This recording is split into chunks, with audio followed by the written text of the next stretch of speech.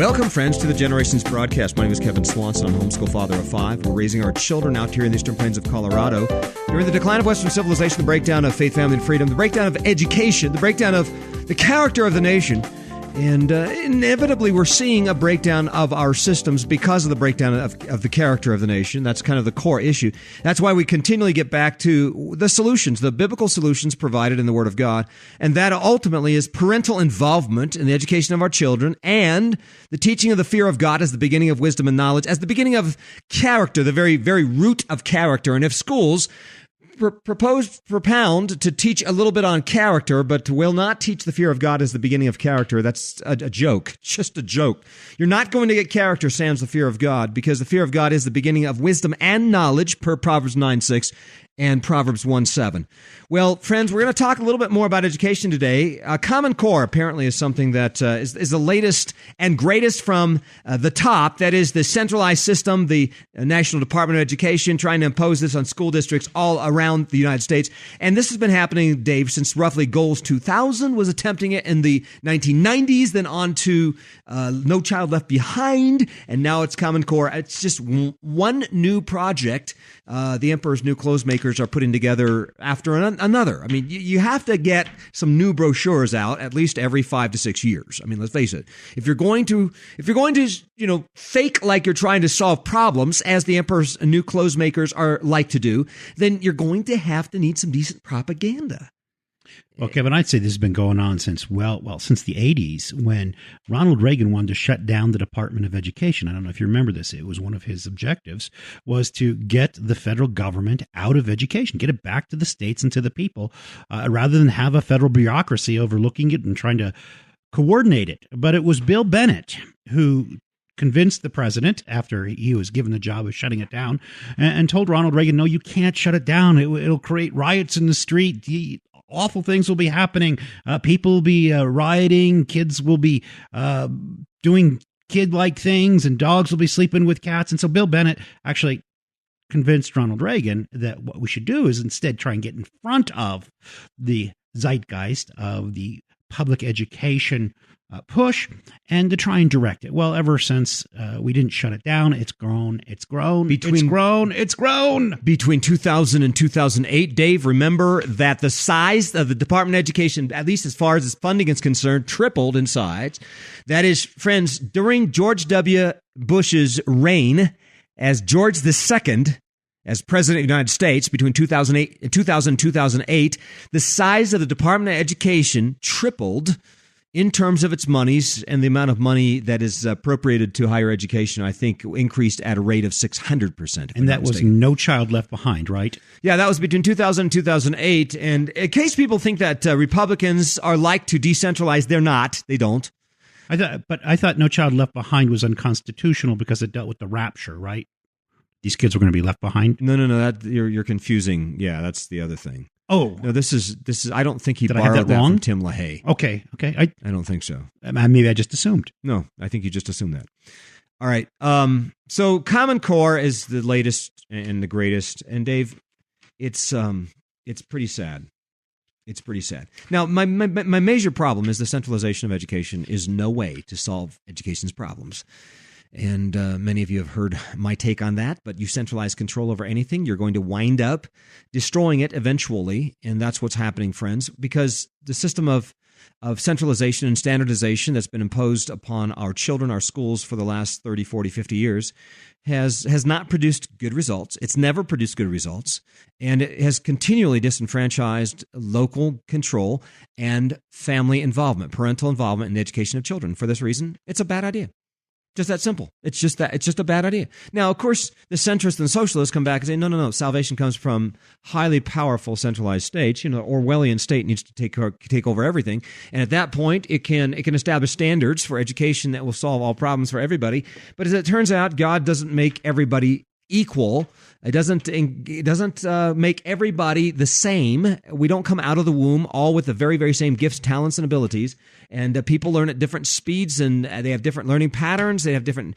They need different teaching approaches. And if you try to centralize, as we have seen since the 1880s and 1890s, when you had districts that formed around these little one-room schoolhouses, and oh, by the way, America became the most powerful nation on earth on the backs of one-room schoolhouses and homeschools. Don't forget. But then in the 1890s and early 1900s, we had state departments educations that formed out of the local districts, and then out of state department educations, we had the great big old national department education that formed in the 1970s, and that's just grown and grown and grown, as David said, since then.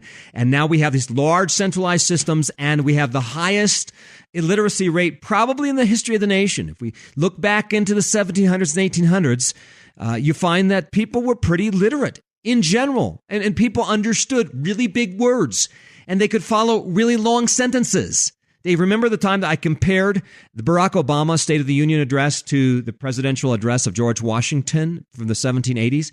I compared them on the little grammar check that you can do on Microsoft Word, and found out that Barack Obama was speaking to 8th graders. And George Washington is speaking to 16th graders or whatever. I mean, he's college graduates, and that's just because people were educated before the big shot showed up. Well, I think when you look at education, you have to view it a lot of different ways, and one of them is it's big business. Education is a huge industry in America, and it's not about academics. No. We all know that. It's not about academics. It's not about academics. John Dewey said it's about socialization. Well, that's John Dewey's view, but just from a purely economic standpoint, the industry exists for profit. In other words, the industry exists to make money. The education establishment exists for the purpose of getting money, for receiving money. That's what the NEA, and they say this. They make it explicit. They want more money, always more. And how do you get more money in the education establishment? Well, you can't have poor people paying for private school. They don't have the money. But you can have cities and counties and states paying more money per student in order to enrich those in the education establishment. So as a business model, it's a model where the metric, that is the success, has absolutely nothing to do with the profits. That's a recipe for disaster. And it could affect homeschoolers. Dave, according to heritage.org, they've just released a new report that states that the new Common Core alignment by the ACT, SAT, and GED exams raises questions about the impact Common Core will have on private and homeschooled students and their ability to opt out of federally incentivized standards if they want to apply to college. So that's the latest from the Heritage Foundation. Evidently, the SAT, the ACT, the GED, all of these major tests are going to be aligned to the Common Core. Therefore, this is checkmating the entire system into a very narrow approach to education, and you're going to have to test to the 147 things that show up on the Common Core exams and the SAT and the ACT, or you won't fit into the system. And it won't do it. It absolutely won't do it, because there's still some colleges, there's still some universities who are looking for the very best students. Yeah. They will look where the good students are, and they're not going to look for the Common Core kids. Yeah, if they're going to water down the SAT and the ACT and the GED to some really, politically correct Common Core curriculum, and they test all of this, then in the end, Dave, I think they're going to have impoverished education. And thankfully, there are many colleges and many other approaches to education, rather than spending $140,000 to make it to a typical university, a secular university, and then get out with a 50% unemployment or underemployment rate in 3 to 4 years after graduation. There are better ways to prepare your children for life than that, and we discuss these things all the time on the Generations broadcast. Anyway, my friends, we'll be back in just a moment with more on Common Core. What's the problem with Common Core? We're going to address that issue next on Generations. This is Kevin Swanson.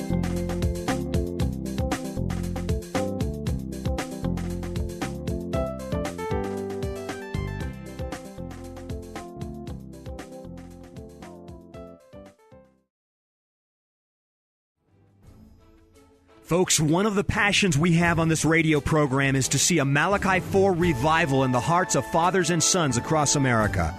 I believe this is the catalyst to the restoration of faith, family, and freedom in the 21st century. And that's why we are sponsoring our Father-Son Retreat in Colorado.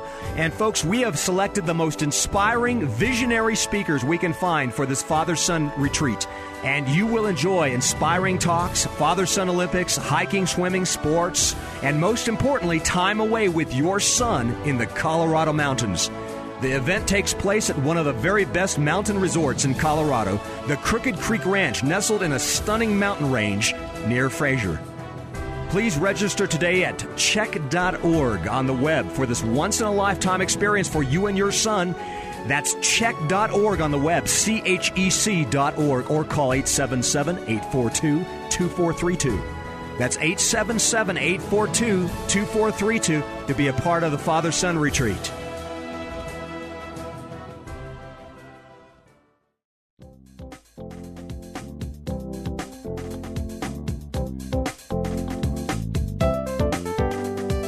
Welcome back to the Generations broadcast. Kevin Swanson with you here. And ladies and gentlemen, I've been involved in education for a long time. I've taught in public and private schools. I've taught in college. I've been involved in the homeschooling movement for now about, probably 44 years. But as a leader in the movement for roughly 15 years with Christian Home Educators of Colorado. So I'm interested in some of these education issues. I think the ultimate battle for the future, the battle for the hearts and minds of the next generation happens within education, probably more than anything else. And the other side's been winning for a long time because most Christians don't engage the battle in education. They don't want to talk about it. They want to hide their head in the sand. They don't want to deal with it. And so they just send their kids out to public schools and hope and pray that something turns out, kind of, sort of. Okay, but we don't do that in this program. We talk about education a lot. And here's Common Core. According to Phyllis Schlafly, it won't make kids any smarter. This is something she wrote just a month or so ago. The CC English Standards replace about half of the readings in literature with informational materials. The students were assigned to read selections on the fate of Taino Indians, and from a diary supposedly written by Christopher Columbus's cabin boy. It's explained to them why Columbus should not be honored with a state holiday. Also, Common Core gives leftist educators a backdoor for bringing left-wing activism into the classroom. No surprise there. NPR reported that one veteran teacher, Melinda Bundy, replaced her popular unit about King Arthur and his Knights of the Round Table with one about President John F. Kennedy in the 1960s because she said she adored JFK. Comic books, graphic novels, formerly considered useful primarily for underachieving students and poor readers as a means to get them interested in books. But now Common Core is bringing picture books into the mainstream of education. And I've seen some of the examples of graphic novels, Dave, very graphic descriptions of teenage kids having sex and things. So this is the kind of literature, that kids are going to be reading. The new science standards called Next Generation Science Standards as part of Common Core were examined by 9 scientists and mathematicians for content, rigor, and clarity, after which the Fordham Institute gave them a grade of C. They criticized the ceiling on the content and skills that will be measured at each grade, the excluding of content that more advanced students can learn, the failure to include essential math content that is critical to science learning in physics and chemistry, and the confusing wording of the standards. So no surprise there, Dave. They're watering things down. Anytime we standardize, anytime we centralize, anytime we try to get all 140 million students marching in lockstep with the 1984 Orwellish government in Washington, D.C. by way of the education program, you're probably going to have to go to LCD, the lowest common denominator, for the kind of educational content you use for the masses. So unless you will tailor-make the education for each child, which homeschools can do, unless you say, hey, we're going to maximize on the individual talents and abilities that God has given each of our precious children, and we're going to determine that by way of hanging out with them and for over a period of 4, 5, 6, 7 years, get to know them, get to know their learning styles, get to know what they're good at, what they're not good at, and tailor-make the education for that child. Unless you do it in the homeschool environment with 4 to 5 kids at a time, friends, this whole idea of mass producing kids through a massive centralized standardized system is going to render junk at the end of the assembly line. I'm telling you, that's the way it happens. I worked in manufacturing as a quality manager for a long time, and one thing you know about quality is if you're going to get quality material out of the black box, you better make sure that everything going into the black box doing the process is sized and shaped exactly alike. Otherwise, you're going to get junk out the other end. So if you're in a black box education, you got to make sure everything coming into the process is sized and shaped and thinks exactly alike. If it doesn't, you're going to get junk out the other end. And that, my friends, is what is going to happen with our education systems and has been happening for multiple generations. You violate the principle of individuality and you are going to be in a heap of trouble over a long period of time, and a lot of kids are going to get ground up and spit out, and there's going to be a lot of illiterate kids as a result of a standardized and centralized system, and this is exactly what we're seeing. Hey, Dave, here's one more example. Apparently, they're tossing out Beowulf.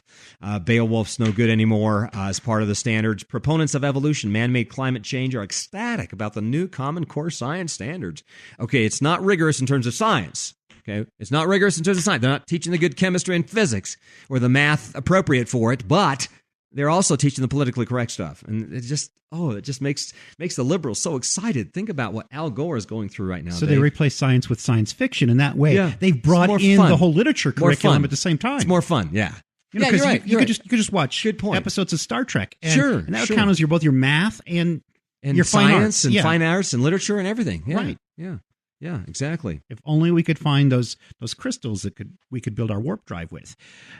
Kevin, the United States, it's no secret, is doing horribly in those areas of dominion in which our economy is very much dependent, math and science. We're doing horrible against the world in math and science. You want to know who's doing better in science than us? Singapore, Taiwan, Japan, South Korea, England, Hungary, Czechoslovakia, Slovenia, Hong Kong, and Russia. I know, yeah. Okay, now what does that tell you? These are like third world countries. Some of them, not Japan, but some of these countries are roughly third world nations, and they're doing better than we are in math and science. But when our economy we've got Common Core. We got Common Core. When our economy right now depends on things like computers and smartphones and information, and we're at the bottom in real science. When I'm talking about real science, I'm talking about the chemistry used to build those chips that go into the PCs and into the smartphones. I'm talking about the physics required to move electricity from one place to another. I'm talking about engineering. I mean, real sciences, not once upon a time a rock turned into a prince kind of science, but the kind of science where you apply a voltage to a conductor and you get a voltage and a current at the other end, and you can do some work. Yeah. You know, work being kind of important. We're also doing just as badly in math. Now, why are we doing so bad in science and math? Could it be that our education establishment is not made up by people who are good at science and math? Well, that and the fact that that's not their goal. Dave, you know that's not the goal. The goal is properly socialized minions. That's the goal. Properly socialized minions. But they're minions who are bad at math, which is the only way you're going to end up with a $20 trillion debt or a $24 trillion debt, depending how you calculate it. Dave, I mean, I think when it comes down to it, the nation is committing suicide. I mean, I understand that a lot of people out there are saying, no, they don't mean to be committing suicide. That's not the intention. You know, economically, socially, educationally, our nation is not about committing suicide, but I'm arguing the case, friends, that's what's happening. We're committing epistemological suicide when we're saying there is no basis, no absolute for truth or reality, or there is no ultimate telos or purpose for life. If that's being pounded into the brains of tens of millions of kids sitting through secular philosophy classes and their undergrad and their grad college classes, when they finally realize that the underlying epistemology of the system out there is no purpose, there is no absolute, there is no reason. There is no basis for language. There's no basis for ethics. There's no fundamental basis for anything. And at the end, friends, you wind up with people self-destructing when it comes to their own educational standards. Self-destructing when it comes to a purpose for continuing on and building empires and providing for future economies. Why else are we going into $100 trillion of debt? Dave, we interviewed Dennis Peacock a couple of days ago. And Dennis had a meeting with a bunch of high-up economists somewhere in the United States. A lot of these people, he said, the common names of big shots. And they all came together, and they're talking about the future. They said, we have no idea what's going to happen in the future. We're in uncharted territory now. Never been in $100 trillion of debt before. I don't know what's going to happen now. Never gone 187 miles per hour up against a iceberg before. I wonder what happens when we go kaboom. Well, like they say, when you jump off the building, it's fun. Yeah. 100th floor. It's fun at the 90th floor. Yeah, It's the fun at the 80th, 80th floor. 70th, yeah. Picking up speed. It's still fun at the Still 50th fun, floor. Yeah. 1/2 GT squared. You're making it work. At the bottom of the bottom, though, there could be a bounce, and it may not be a positive one. One of the problems with centralization, and you alluded to this, Kevin, is that those who are the real doers of society, the real innovators, the people who work at Google and Apple, who build neat things, the people who come up with innovations, Most of them, those people. yeah. Those people can't be here. They have to be able to succeed. Most of them, Dave, most of them never graduated from college.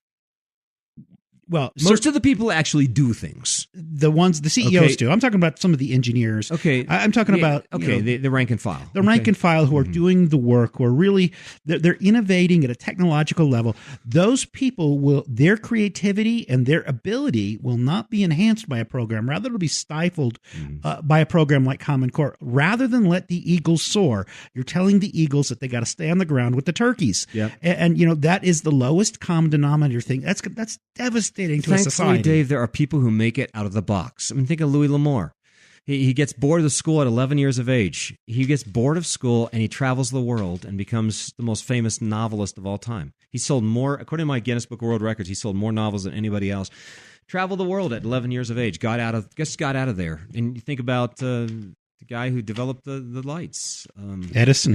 Thomas Edison. I mean, he was in school till he was 10 or 11. Got out of there. His mom gave him a chemistry set, and at 16 he had his first patent. I mean, Dave. Thankfully, some people get out of the box. I'm so thankful some people get out of the box, because when they get out of the box, when they realize that it's not a one size fits all approach to education. And they get out there and start applying the things they've learned. This life integration element of education is so vitally important. I bring it out in my book, Upgrade the 10 Secrets to the Best Education. Would encourage you to get it. I'm getting to the very core of what it takes to have a phenomenal education that actually can get out there and take some dominion of God's green earth. I mean, not to become the bureaucrat and push paper on the 47th floor and the 147th cubicle of some large bureaucracy somewhere where you're not doing anything productive. Okay, those kinds of people are being ground out by our educational systems by the tens of millions. I'm talking about people actually do stuff. People actually invent things. People make things. People who understand the disciplines of engineering and statistics and quality and art manufacturing and art and literature and everything else. I'm talking about people who learn things and then they get out there and they actually do some things that are productive and helpful for human society. That's not happening in schools. Why? Because for the most part, these large centralized systems ignore the principle of individuality. They ignore the principle of life integration. They ignore the principles of discipleship and mentorship that are vitally important, found in the book of Proverbs, found in James chapter 1, and I summarize them in my book, Upgrade the 10 Secrets to the Best Education for Your Child. And the form of education most people get is impoverished education. I don't like Mark Twain a lot, but I do like one little quote he came up with. Don't let your schooling get in the way of a good education. Don't let your schooling get in the way of a good education. I mean, it's exactly right. Sometimes schooling gets in the way of good education. And I think, Dave, it happens a lot. And largely because not every kid is made to sit down there bolted to a chair for 6 hours every single day and learn in the same pattern as dictated by Bill Bennett and the National Department of Education and the Common Core. Exactly, Kevin. People learn things differently. They learn different ways. They learn it in different processes. Some people will learn it out of a book and then they'll be able to apply it. Some people will learn it in a lab first. Some people will learn inductively. Some will learn deductively. We talk about modes of learning. But, there is this one school. It's called the School of Experience and the School of Hard Knocks. That's been traditionally the best school there is. But the longer we put children and adults and more 30-year-olds and 40-year-olds in these universities, the further from the school of experience they are, they're no longer working as interns. They're no longer just out there emptying the trash for a corporation, seeing how things work, seeing how the business comes. They're not in the school of experience, in the school of hard knocks often enough. And more than that, Kevin, is that one factor that's so very important to education is the emotional environment. The emotional environment is the great factor for a child's ability to relax enough, feel comfortable enough to try and learn new things, including failing. If you have the very best teacher, if you go get the teacher of the year from the whole country and you put your student under that teacher, it will have no effect, virtually no effect, unless they're under that teacher long enough to have a relationship. I believe the experts say 3 years. 3 to 4 years. 3 to 4 years. Yeah. Now, so even in that case, the emotional environment is one of uncertainty. Mm-hmm. Where is a child best suited to have an emotional peace, the ability to fail, still feel loved, the ability to learn and soak it in? Well, I suggest that's amongst his family. Yeah, but that's not what this educational system's about. This education system's about packing facts in the brains of these automatons. You just force the facts in like you're forcing facts into a hard drive. There is no relationship. There's no life integration. There's no principal individuality. You just get 40 kids in a classroom and you force 1,247 facts into their brains, disconnected facts. It's always better if they're disconnected facts, so they're effectively useless when they get out into the economy. And you call that education. It doesn't do any good, and it ultimately will break down empires. Dave, here's an example to break down the empire. Here's an expert for Common Core. She's getting up and explaining it to some folks out in Grace Lake, Illinois. And here's her quote: "But even under the new Common Core, even if they said 3 times 4 is 11, if they were able to explain their reasoning, explain how they came up with their answer, really in words and oral explanations, and they showed it in a picture, but they just got the final number wrong, we're more focusing on the how and the why." Okay, so now she goes on and says, yeah, it's probably good to get the right answer, but that's not the real thing. Really what it's all about is how they came up with 3 times 4 is 11. I can do that. Because the method is way, way more interesting in a pragmatism, a philosophy of pragmatism than the end itself. I can do this. The end is not important. I can do this. Okay. I just have to work in the base 11 number system, and the answer is 1, 1. Okay, well, there you go. And I'm right. Yeah, there you go. Okay. And you're right, yeah. Mm-hmm. I was public school educated. I think I deserve a gold star for that. You did it. Can I have extra recess time? Okay. Well, these are the teachers' friends that are out there teaching your students. They're just interested in your students coming up with novel and innovative ways to get the wrong answer. Yes. But they feel good about it. They do, and that's important. It's values clarification, and they've clarified their values. Mm-hmm. And their value is not so much about being right, it's being close. Mm-hmm. What's a couple $1 billion or $1 trillion amongst friends? Dave, here's another story. I know it's somewhat disconnected, but here's a Georgia school that's keeping a display up called the God is Dead posters. The God is Dead posters staying up in a Georgia high school, Alcovey High School. And apparently it's from Arthur Miller's play, The Crucible. It made my daughter uncomfortable. Crystal Mitchell, a student's parent, told myfoxatlanta.com, if my child can't pray in school and then taking religion out of school, for this to be plastered on the walls of school is a huge concern for me. Now here's my question for Crystal. Okay. They can't pray in the school, can't fear God, can't worship, can't thank God, can't have any religion, can't have any God in the science and the history classrooms. But now she's all upset about the God is Dead posters. I mean, come on, Crystal. I mean, come on. You sent your daughters into these institutions, these religious establishments that have established the case that there is no God, and their metaphysic does not allow for a God. And Dave, apparently it was all part of the Crucible play. It's a pro-witch, pro-communist initiative called The Crucible. And so it's a line from the play that's on this poster. It's not the main part of the poster. No. It's just one of the lines from the play. It's a particularly incendiary phrase that they put on the poster to get attention, to get kids to the thing. Look, Christians need to wise up. If you're in a godless place, don't be surprised if it's godless. Exactly. And which is worse, God is dead or God is irrelevant? Which is worse? God is dead or God's totally irrelevant? And if God's irrelevant, then God's not God. Okay? Then you don't have to declare God is dead. The more they're saying God is dead, the more they fight the presence of God, the omnipresence of God, the more they're acknowledging that they're fighting something that must be real and threatening to them. The more they're acknowledging God, and they're just confessing that they're a fool. It might be more helpful for them just to ignore him and to say God's irrelevant, which is really ultimately what the schools are doing all the time. Get your kids out of these schools if they do not fear God. Okay? If a school doesn't fear God, get them out. If the teachers don't fear God and teach the students to fear God as the beginning of wisdom and knowledge, they're bad teachers. Get away from them.